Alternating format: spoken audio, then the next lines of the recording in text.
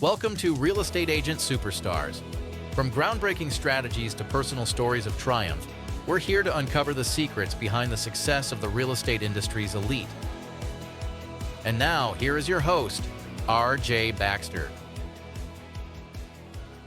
Joining us this week is Tyler Bulmer of Start Real Estate. Tyler's been in the business almost 5 years now, and he has started his own portfolio investing in real estate. And that's really his passion in the business. And he's here on the show today to talk to us about that. So welcome to the show, Tyler.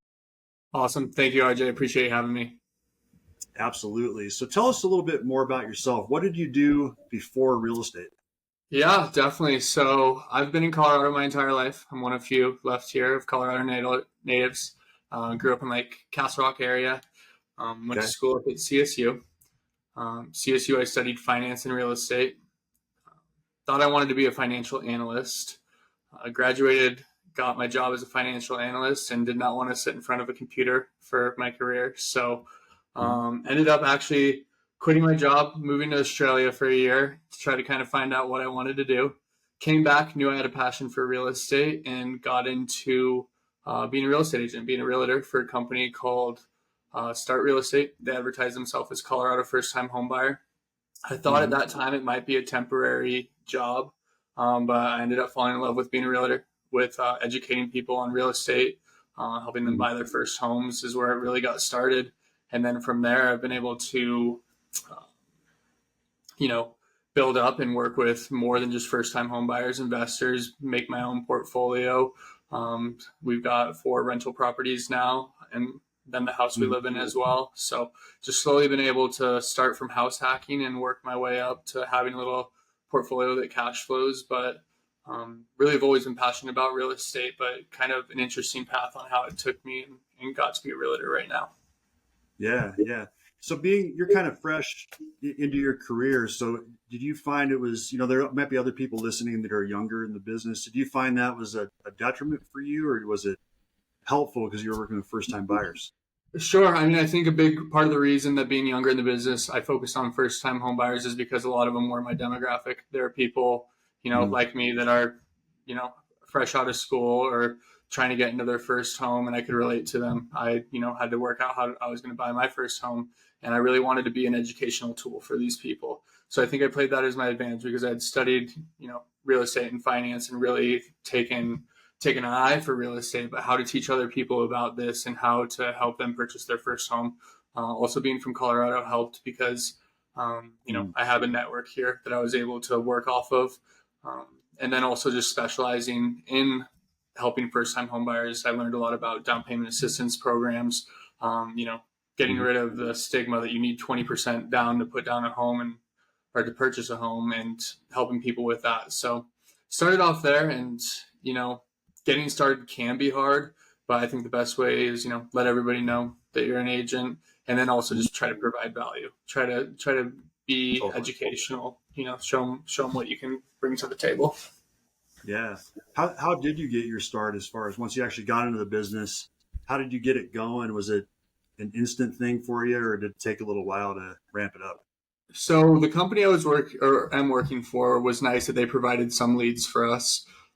So that was part of it, getting some leads. Most of those were down payment assistance based, and helped just started getting transactions going. So when I started, I was working deals anywhere from Pueblo to Fort Collins. Wherever I could find somebody that needed help, I would drive and try to help them as much as I could. So that first year in business, I put, I think, about 50,000 miles on my car, just driving around to wherever I could find somebody that needed help. From there, I got the experience, right? You know what you're talking about. You know how the deals go. You've been through things and kind of seen, how the inspection goes, what problems might come up, and you can really start to be more of a professional. And people also see you're starting to do deals and kind of gaining that confidence. And then I've tried to hone in more on the Denver metro area. Not to say I won't still drive a little bit for a deal, but it's few and far between now. Gotcha. So then was it just a natural progression to investing and also helping investors, or was that something you discovered once you got into the business? Yeah, good question. So I always knew I was interested in investing. When I first got my job as a financial analyst, before I became a realtor, I was underwriting multi-million dollar properties, trying to find out how these investments would work for investors. So I always liked the number side of it. And for me, it was looking at it as a numbers point of view. So I always knew I wanted to invest in it. I actually ended up living at my parents' house for the first year I was in business, to save up enough for a down payment. And then I was finally able to purchase a home. I did have to have a cosigner because I was 1099, but was able to purchase my first home. And my goal was to house hack at that point. I knew I wasn't going to purchase a home and be able to rent it out because I was only able to save up 5%. But I put 5% down on a home. I had two of my buddies move into the two other bedrooms in the house, and they were able to cover part of my mortgage. So from there, it was able to kind of grow. And, as soon as I lived in that house for a while, I ended up renting out the third room. And then, that house provided a little bit of cash flow for the next house and just slowly built from there. Okay. So is that what you mean by house hacking, or like what are some other examples of house hacking? Yeah, so house hacking, it's a broad term, and I think really what it comes down to is having somebody else help pay your mortgage. A perfect house hack is going to be that, you buy a house with, say, 4 bedrooms in it, and you rent out 3 of the rooms, and they cover your entire mortgage. You get to live for free. The thing is, that's easier said than done. It's kind of hard to find that situation. So for me, my first mortgage was around $2,700. I rented out 2 rooms for $1,000 a piece and made it so I was living there for $600-700. It made my rent cheaper, but also helped, pay down this mortgage, pay down this note, so I could afford living in a home that maybe I couldn't have afforded living in otherwise. Okay. And then from there, house hacking, is grown, and I've helped a lot of clients with house hacking in the fact of, you might have a basement unit that you can rent out. You might have a guest house that you can rent out. And then one of the things we've looked at more as we've gotten into it is there might be ways you can rent out something for more. And that's where we got into midterm and short-term rentals. So we started furnishing the places that we were renting out and putting them up for travel nurses or putting them up for short-term rentals because we were able to get more cash flow and offset more of that mortgage. Gotcha. So the midterm, that's the travel nurse thing, right? And yeah, midterms, 30 days or more. Typically, I'd say our average stay is 60 to 90 days. But currently at our house that we're living in now, we have a little guest house behind that we furnish and rent out to travel nurses. And we love it because we could probably rent out the unit. It's like a studio for maybe $1,500. And with travel nurses, we're getting around $2,200 a month. So it kind of just helps increase that revenue. You do provide a service. It is a little bit more work. There's no question there. But, that pays for over half of our mortgage on our home. So just another way to sort of build and have that house hacking still going on. Gotcha. What additional work is it? You got to communicate with the guests, you got to communicate with the cleaner as they check out and check in. It's less work than a short-term rental because on a short-term, you might have somebody that stays there for, 3 nights and then you got to turn it over where they're there for 60 days. But you also have to provide amenities. You have to have the house furnished. You have to have it desirable. You got to have sheets there for them. You have to have plates, cups, the things that they might need during their stay. So that little extra work to get the house ready for somebody to live in it and feel comfortable is the extra work. But for the cash flow, I think it's worth it. And then really it's also a review-based business. So you want to be making sure you're going the extra mile for your people to get that good review and provide them a good experience. Yeah, as are most businesses these days. Right, yeah, exactly. How do you find these travel nurses? It sounds complicated. Yeah, it's not that bad. We use Airbnb a lot. So Airbnb is not only for vacations, you can also look for longer term stays. So that's probably actually our number one place that we get them. We also use a website called Furnish Finder, which was made with the intention of helping travel nurses find a place. It's a website where you can look for furnished homes to stay for that midterm period that are already furnished. But you can also list it on VRBO. But honestly, for our Airbnb is probably our number one that we're getting travel nurses from. Okay. What's maybe the biggest mistake that you've made over the past few years with these short and midterm rentals that you've learned from? Oh, trying to do everything. And you really got to be careful with that because if you bite off thinking you can be, the cleaner, the person messaging them, the handyman, go going out shopping for supplies. You just got yourself a 24/7 job. And it's really about trying to work out how you can buy that property, how you can hire a good team, have a good handyman on your team, have a good cleaner on your team, how you can automate messaging and really make it that it's a little more passive. I mean, it's definitely not passive, but a little bit more passive than if you try to tackle it all. Because at first you're like, oh, I can save, $200 if I clean it myself. Cleaning takes a lot longer than you think, and there's people that are a lot better at it than I am. So learning that, I think, was the biggest thing. And as you learn that, you can also focus on, where your energy should be, out selling houses, out looking at more deals, kind of those bigger ticket items. And so delegating, I would say, is the biggest thing that I've learned. That's really wise, because you're right. I mean, for $200, you could be out making 2,000 or 20,000. Yeah. No, exactly. So you're missing opportunities if you're not out there doing that. Right. So yeah, super smart. So as far as the clients you help, have you helped a lot of people with the house hacking, that as far as the actual home buyers that you're representing? Yeah, definitely. I mean, I think right now one of the biggest things in the Denver market is it is cheaper to rent than it is to buy. And that's hard. So you got to be creative in how can I make this work for me as a home buyer. And, home ownership is a great way to build long-term wealth, but do I necessarily want to be paying more than I could just rent a nice apartment for and not have any of the headache or maintenance of owning a home? So with a lot of my friends and colleagues, I've helped them out with that path, whether it's buying a place where they can rent out a room or buying a place with a separate entrance that they can rent out the basement. I mean, it's definitely a sacrifice. It's not, the ideal luxury apartment. But the reason I got into real estate and the reason I love helping people with real estate is I really, truly think it's a best way to build long-term wealth. And I want, people to experience that. And it's not to get rich quick, because you have to have that time compounding with it. So yes, I have helped them. And I think it's about just finding a layout that works for you. Because for some people, they might be able to say, yep, 2 beds, 2 baths. I'm fine sharing a kitchen, living room. That's good with me, as long as I got somebody in there paying me and helping me out. And some people are like, I don't want to see them. I don't want to hear them. And, then you got to be more creative and find the guest house or find a basement unit or something where you can still get some offset, but you don't maybe have your roommate's dirty dishes in the sink, So a little bit of give and take there. But then also, we've helped investors as well with the short-term rentals and finding short-term rentals and purchasing those. And that's another similar thing, is the aspect of you can rent for cheaper than you can buy. So for investors, it's been hard to find, a rental property that works for them. So you can't just buy a house, put a tenant in it, and have them pay your mortgage anymore. You got to be creative. So that's why we've gotten into the short-term and mid-term rental space as well. Okay. How are you finding your clients?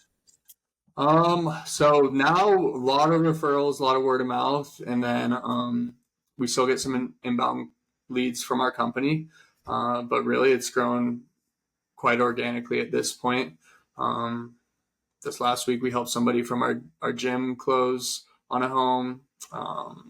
Just being active in the community and just asking for the referrals has been really helpful for us. And if you do a nice job, hopefully people will keep your name in their mouth and pass you along when they can. Yeah. Do you teach classes on house hacking to people? I don't. I haven't taught it. No, I have not taught a class yet. Okay. Something I'd be interested in, but just something that hasn't happened yet. No. Interesting. I've met some agents that teach investor classes, and some specifically on house hacking, that have been really successful for them. So yeah, just curious if it's something you've done. How do you go about finding these properties? I mean, it still is a challenging market, even when you're talking about house hacking, I'm sure. Yeah, no, it's a challenging market, and you definitely got to be on it. You got to be looking all the time, and you got to almost kind of wait for the right property. I mean, first off, I guess with short-term rentals, you got to know the rules and regulations for cities and what they allow and what they don't allow, because there's a lot of misinformation out there and a lot of just changing rules. So trying to stay up to date on what cities allow you to do a short-term rental, making sure that you're not in an HOA, what are their requirements for you, making sure you're up to date on that so you know where to look is, I think, the biggest first thing. So staying educated there, and then, being consistent, staying on the market, And then just also getting creative with it, trying to see, maybe this house isn't perfectly set up for a 2-level right now, but it has a back door with stairs, and for $5,000 you could block it off and put a little kitchenette and make the property work. So just trying to be a little bit creative has been helpful for us as well. But a lot of times it is just patience too, and we might have a client that we know what they're looking for, and we'll keep our eyes on the market, and then as soon as that property hits, I'll be like, I know who this is for. We got to get them in there to see it. So it's definitely not something that you'll always find on your first go, but just being patient and persistent, I think, is the important thing, and just really looking at it from a numerical standpoint. If that is your goal, just, can this help get me closer to where I want to be as far as being able to rent out rooms, will lay out work, and then eventually, can I rent out this property completely as a short, midterm, or even long-term rental, and buy that next property to keep building my portfolio? Mm-hmm. Yeah, very smart strategy. What are you best at? What's your superpower? I would say I try to be analytical. I try to look at things from a numbers standpoint, which I think can be helpful, especially when you're working with people that might be thinking with emotions, right? Because when you're buying your first home or working with people purchasing a home, a lot of times shiny things catch our eyes, just like anyone. And I try to take a step back and look at it from a numbers standpoint. I think that that's probably one of the biggest places that I can add value for my clients, is being able to have that more analytical approach to things. Okay. Awesome. Yeah. Where do you want to take this as far as the business itself, not your personal investing, but where do you see this going for you? Sure. Yeah, I would. I mean, I want to keep growing with my peers and with the clientele that I'm currently working with. I mean, it's been awesome to come from condos and little places up to now selling $800,000 homes to some of your friends. So I want to grow into that multi-million-dollar market eventually, but organically get there through just working with the right people, and staying as a resource for our clients for a long time, and just being that person that you can grow with for the next 10 to 15 years, as you grow through your career and whatever you're doing too.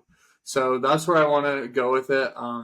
I love the relationships that we get to build in this business, and being able to stay in touch with people that maybe you wouldn't have been in touch with if you weren't in this business. And you get to check in on them every once in a while, see how things are going. And then when you do get to hang out, it's awesome to catch up with them. So, I mean, it's a rewarding business in that aspect. And I'm sure you get to experience that too. It's just, it's fun. So yeah, goal is just to keep growing with them as we go. Okay. Do you have a team currently, or is it just you? So right now it's me and my partner, Gianna. So about 18 months ago, my girlfriend got laid off in tech sales, and I was swamped with business at that point. So I had come work with me. So for the past 18 months, it's been the two of us. Her name's Gianna. We go by on Instagram, the Colorado Agents. But so we're working together now, and I'll tell you that helps a lot. The past 18 months, we've really been able to, I think, grow our business a little bit more, because she also has strengths maybe more that are my weaknesses. For example, social media, posting, being a little, just a different personality, it helps. And then also just being able to delegate and kind of split the workload and what we're best at. So it's been nice to have her and grow, but I think eventually, building a team wouldn't be out of the picture. But the first 3 years I was on my own. And then 18 months ago is when we partnered up. Gotcha. Nice. Yeah. What advice would you give someone that's just starting off in the business right now? Starting off in business, stay persistent. You don't know when you're going to get close to hitting something. I remember, I think my first 4 months, I was going every day as hard as I could and couldn't get a deal. And then my 5th and 6th month was able to close 6 deals. So it's like, as soon as it comes, but you just got to stay persistent, do the things that you should be doing, make the calls, don't get discouraged, and don't take shortcuts. Don't try to go for an easy deal. Always keep your integrity and and get yourself out there. I mean, I think that's been one of the biggest things for me, is like being active, just being out with people, whether it's playing sports or whatever. It's nice to just be around people. And the more people you're around, the more people that know what you're doing and kind of see your grind, it'll catch their eye. And as soon as they're ready or they know somebody that's ready, it's good to be the name that comes out of their mouth, because referrals are the best thing that can happen in this business. Yeah, it's funny how that works, how you just kind of be around people, let them know subtly what you do for a living, and then over time they start to trust you and think of you as that person, and then referrals start to come. Yeah. So And it's not being pushy, but it's being just a resource, being somebody that's there, knows what they're doing, and yeah, just a good friend, So I'd say that's my advice for an agent. And even things like I like to snowboard, and I always have business cards in my pocket, and I'll try to kind of like, I don't intentionally just bring up that I do mortgages or talk about real estate, but if the conversation naturally goes that way, then I'll mention it, and I'll be like, hey, I've got my office right here, and I'll pull out a tattered business card, and they kind of laugh usually. And I've probably closed 3 or 4 deals off the ski lift on someone I met for 5 minutes. So that's awesome. Hey, if you can call being on the ski lift a day in the office, then it's a write-off. Right off the ski pass, because they're too expensive. Yeah. They're getting expensive. Might as well. Yeah. I mean, I guess if you could go back and tell yourself something from when you were starting, as a word of advice, what would you tell yourself? I mean, I think confidence takes a little bit of time to get, and I think I'd tell myself, understand that you can tackle bigger things than you might think you can at the start. Because I mean, especially in the world of real estate, there's so much varying skill level, and like if you really dedicate yourself to being somebody that's educated and try to being the most knowledgeable about what you're doing, you can do a nice job, and you can do it for bigger clients than you think you can. So I think just having maybe that little bit more confidence at the beginning to really, maybe talk to some people that I thought were out of my league at that time. I think that would be some advice, because really you'll find out quickly that you are in that league, and you just got to believe in yourself for that. That's true. What do you mean, like clients that you didn't think were in your league? Yeah, I mean, sure. Like if I can think like my girlfriend's parents at the time were thinking about selling their house, and I'm like, I'm not going to tackle $1 million listing. Like I don't know what I'm doing. They actually ended up giving it to me, but like I didn't necessarily have the confidence at first in that. So go for the big deal. Don't be afraid to try to represent somebody. You can work it out. You can get through it. But I think that'd be my advice. Okay. Yeah, and that makes me think of something. You've talked a lot about helping buyers. Do you do a lot of things as well? So over the past 2 years, we've started to grow more listings. At first, it was pretty much all buyers. Now I would say we're about maybe like 80-20. So still majority buyers, but we've got 3 listings right now. So we're definitely working with some sellers now, and 2 of them are actually past buyers that I help. So it's kind of funny how that organically goes. Where helped them buy it 3-4 years ago. Now they're ready to sell, and still the person of contact for them. So the goal is to get into more sales too. I mean, buyers are where I've grown my business and where the grind has came from. But I've also enjoyed helping sellers in this market right now. With where we're at, I do love helping buyers. Because it is more of a buyer's friendly market that we've seen. And, you saw the 2020, 2021 market when you just felt like buyers were giving up every card they have. And now to be able to negotiate harder for your buyers, really get them a solid deal. It's a fun market to work with buyers. But our goal is to be, eventually 50-50. But it's organically just slowly shifting right now. Gotcha. Are there any unique things that you do on listings to market them or try to sell the property? Yeah, so actually we had a listing last month that making a reel on Instagram actually found the buyer. The person was not in the market to purchase a home. So we do obviously like the flyers, put it out on the MLS, but it was a video walkthrough reel of just showing off the property, me talking on the camera, talking about the potential, and had somebody slide in our DMs and was like, hey, like, I've been watching this neighborhood. I'm not in the market. Could you help me get approved and look at this home? Got him approved with our lender and ended up double ending the deal. So really just trying to get the listings in front of as many people as possible is, I think, a big thing for us. And also, flipping through pictures online, you can only see so much, but having somebody walk you through it on camera can also be a nice way to see a house, see the layout, kind of get a feel for the neighborhood, and really just picture yourself in the home. Definitely. You mentioned earlier you're not the best on social media, but that sounds pretty good. Yeah, it was good. Well, I'll tell you, I recorded it and handed it off to Gianna, and she made the video, had some music going during parts of it. She handled most of that. Maybe put a little filter on me, make me look pretty, Right. Or a little, like not blurry, maybe a little bit. So, but so she's helped a lot on that, because before that was not something I would have done. I would not have walked through that with the camera talking and posted it on my Instagram. So having her, I think that's really helped with the listing side.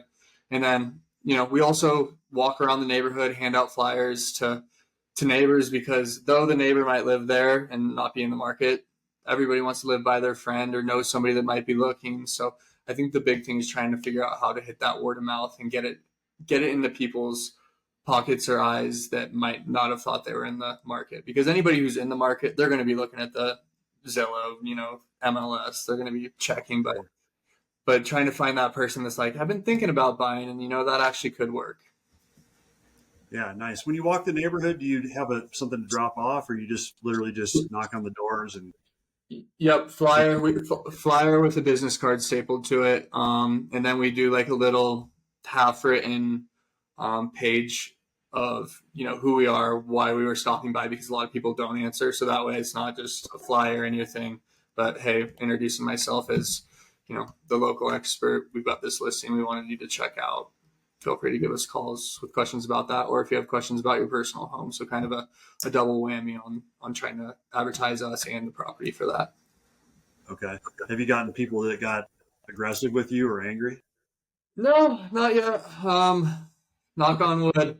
I feel like if you have something like that that's a purpose, and you're not like just knocking saying, hey, are you interested in selling your door? It's more like, hey, wanted you to see our house for sale down the street. People have been a little more responsive. Have I gotten a few words said to me on phone calls, on cold calls before? Oh, yeah. But I'm sure all of us have. But in person, luckily, nothing so bad so far. But who knows? Maybe now next time I go out, I'm gonna get it. Yeah. Tell me a little bit more about the video that you did, the ones you do. You just literally carry the camera with yourself, and as if you're showing it to a buyer? Yeah, so this one, I was just kind of like in front of our for sale sign. We were doing an open house at the time. So I was kind of advertising the open house. And I just want to say, hey, I just want to show off our new listing we've got over here in the Barnum neighborhood. We've got an open house going on today. We'd love to see you guys come by, but I want to give you a little personal tour. So come check it out with me. And just kind of did a little video walkthrough. I posted it. Then at the end, just kind of talked about some of the positives of it, and it really just caught this buyer's eye and was a good layout. I mean, it was a good place. It was affordable, and it was on a nice, quiet street, kind of perched up on a hill. And it was like, this will work for me. Nice. Yeah. Seems simple. Yeah. Well, I really appreciate you being on, Tyler. This has been a lot of valuable information for people. No, I appreciate it. I appreciate you having me. It's fun to talk about and kind of explain where things are and how things became. Yeah. And how can people find you if they want to follow you or see what you're doing? Yeah, definitely. So the Colorado Agents on Instagram. Also, feel free to send me an email, tyler@startrealestate.com. And anybody that wants to learn more about house hacking, midterm, short-term rentals, happy to be a resource for you. My goal is to educate, and I just want to be a resource for as many people as I can. Awesome. Well, thanks again. And for those of you listening, if you love this episode, please share it to a friend in the business that you think would also love it.